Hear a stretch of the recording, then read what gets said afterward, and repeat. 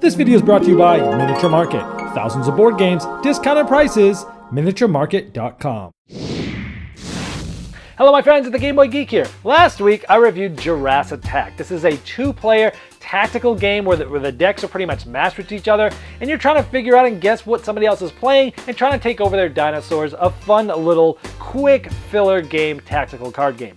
The next one is the Pied Piper. This is the next in the Tales and Game series from Yellow, and it's a game where you're trying to run rats around other people's buildings and keep yours safe. Some interesting choices there. Not my favorite of the bunch, but not the worst. Sort of in the middle there from that one.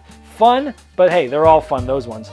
The next one is Booze Barons. This is sort of a hidden identity, hidden team game where you're trying to figure out who's on your team. You're keeping your role secret. It's a light deduction game where you're going around trying to figure out what liquor people are trying to sell back in Prohibition. It's a fun light deduction game. Take a look at that one.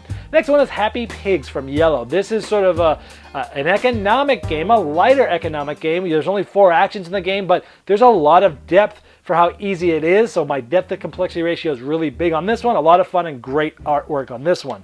Next one is Voila, a circus themed game. It's a timed game with a press your luck mechanism where you're trying to do these things and press your luck without looking at the clock. Zany fun. I loved this one.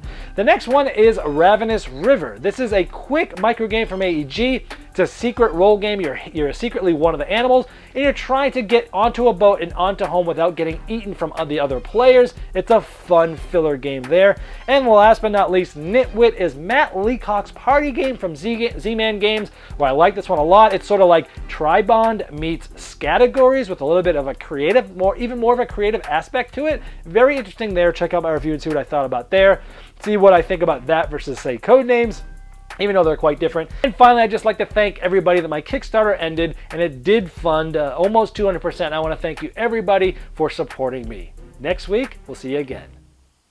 This video was sponsored by Miniature Market's Review Corner. The Review Corner features podcasts, video, and written game reviews by gamers for gamers. Miniature Market, the online gaming superstore. Thousands of board games, discounted prices. Check them out at miniaturemarket.com.